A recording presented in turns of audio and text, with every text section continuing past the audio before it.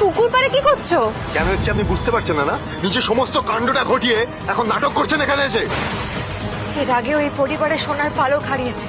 সোনার হারটা হারিয়ে যাওয়াতে ঠাম্মি বলে, যে বছর পরী হারিয়ে গেল সে বছর কৃষ্ণের মাথার মুকুটের সোনার পালকটাও হারিয়ে গিয়েছিল। আবার এবছর ঠাকুরের সোনার হারটা হারিয়ে গেল। অমঙ্গল এটা।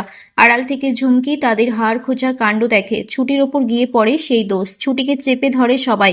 ঈশা বলে, এই হারটা আর পাওয়া যাবে না, যতই তোমরা খোঁজাখুঁজি করো। অভি অবাক হয়ে ভাবে, আসলে তুই আগে থেকেই জানতিস? আসল ব্যাপারটা কি তাহলে বল।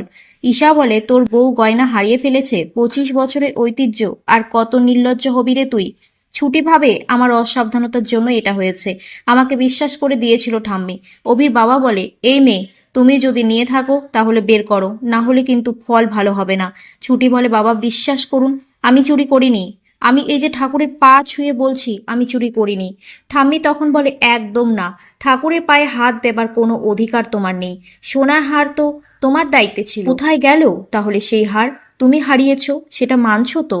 অভির বাবা বলে, বাড়িতে সবাই তো নিজেদের লোক, তার মাঝখান থেকে গয়না উধাও,